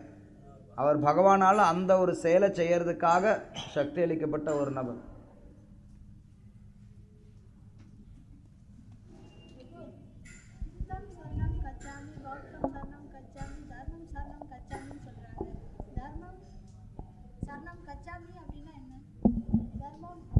நான் புத்தர்கிட்ட சரணடைகிறேன்னு அர்த்தம். தர்மம்னா வேதத்தை குறிப்பிடுறாங்க, அவங்க என்னத்தை குறிப்பிடுறாங்கன்னு அவங்கள தான் கேட்கணும். அதுலேயும் ஒவ்வொருத்தரும் ஒவ்வொன்றும் சொல்லலாம், அதுக்கும் வாய்ப்பு இருக்குது. அதனால் அவங்க எதை சொல்லுவாங்க என்ன சொல்லுவாங்கன்னு நமக்கு தெரியாது.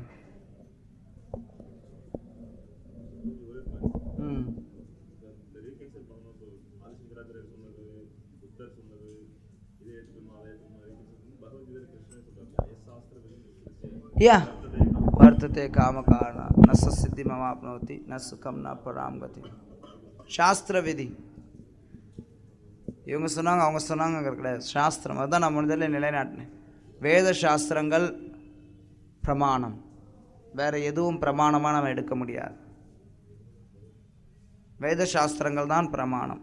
வேத சாஸ்திரங்களை அடிப்படையாக வச்சு தான் நம்ம எதையுமே பேச முடியும்.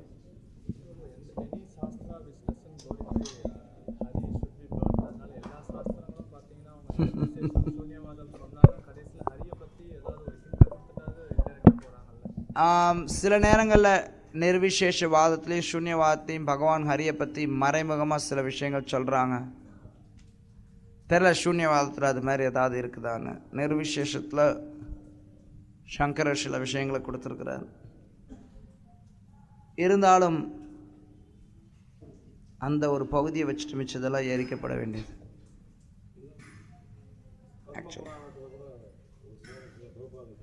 பத்ம புராணத்தில் சொல்லப்பட்டிருக்கு.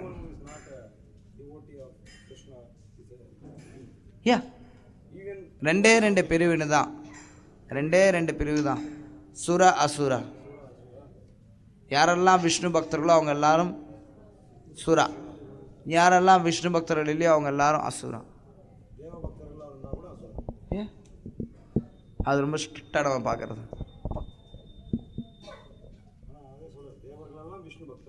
தேவர்கள் எல்லாருமே விஷ்ணு பக்தர்கள் தான்.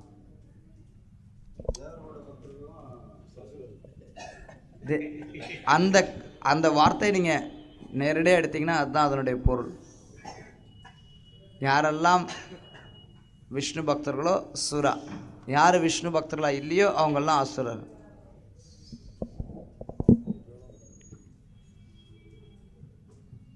கிருஷ்ணர் கீதையில் விளக்குறார் அசுரனுடைய தன்மைகள் என்னென்னு. அதுலேயே நம்ம பார்க்கலாம். அதுலேயும் நமக்கு ஏறக்குறைய யாரெல்லாம் விஷ்ணு பக்தியில் இல்லையோ அவங்க எல்லாரும் அசுரர்கள்ங்கிறத அதுலேயே நீங்கள் பார்த்துக்கலாம். கீதையில் கிருஷ்ணர் அசுரத்தன்மையை விளக்கிறத எடுக்கும்போது அதுலேயே உங்களுக்கு தெரிஞ்சு போயிடும் எல்லாருமே அசுரர்கள் தான், நம்மளும் அசுரங்கிறது. ஏன்னா நம்ம இன்னும் விஷ்ணு பக்தரா. ஹரே கிருஷ்ணா. ஸ்ரீல பிரபுபாத் கி ஜெய்.